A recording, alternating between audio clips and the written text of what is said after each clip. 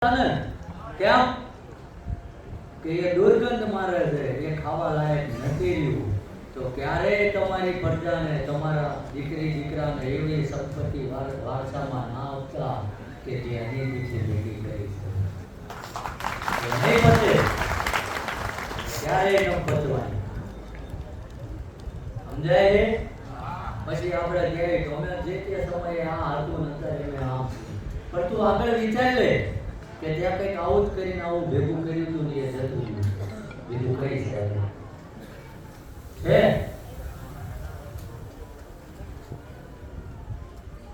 પરમાત્મા ઉપરનો ભરોસો તો શું હોય? ભરોસો આ ભરોસાના કઈ પ્રમાણ ના હોય.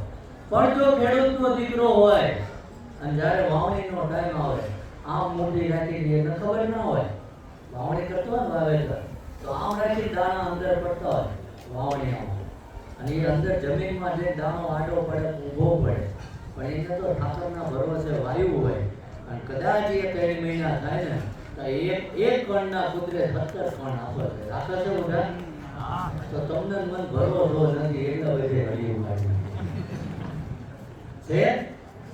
બાપુને મળી લેવું છે. બાપુ જો માથે હમણાં પેલા ફોન આવ્યા હતા, અત્યારે તો વેકેશન છે એટલે શાંતિ છે, નકર તરત કે કાન માથે હાથ મૂકો ભણવામાં બહુ નથી.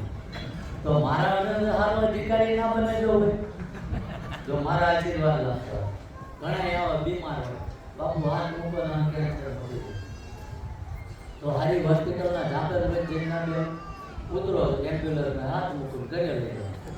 જે થતું હોય એ થાય. કર્મ સારા કરજો.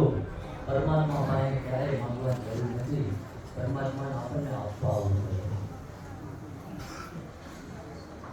ખોટું બોલું છું? અને જો તમારો આત્મા રાજી હોય, તમને કઈ ભગવાન દિશા હું માનું છું, ઘણા જેમ દોરા જાઓ તમને કે તમે આ પૂજો એ માતાજી તમારા હાચા છે જ નહીં, આવું કે ક્યાં જ નથી કહેતા તમારા હાચા કુળદેવી આ બીજે જાઓ બીજું કાઢે તમારા તળમાં મેળવી છે. હવે તળ જ ન રહેવા દીધા શું મેળવી કરે?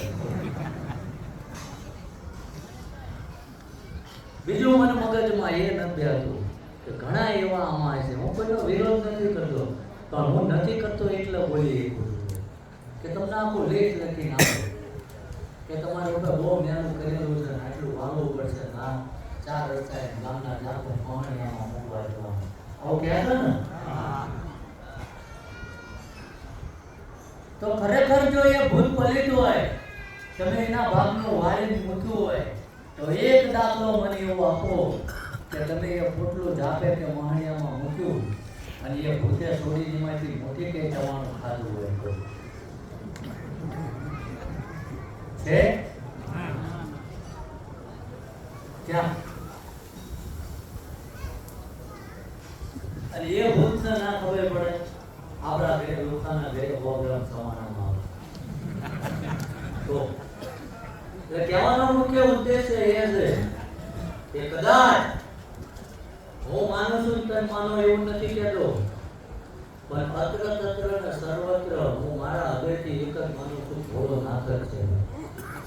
જે પેલું કહે છે ને આપણને કોઈ ગામમાં હાલવા ના દેતો હોય, કોકની પાસે ભલામણ કરી અને એનો ફોન આવે કે આ મારો માણસ છે હવે કંદરતા નહીં, એમ આપણું ભૂત ફલિત ગમે એવું હોય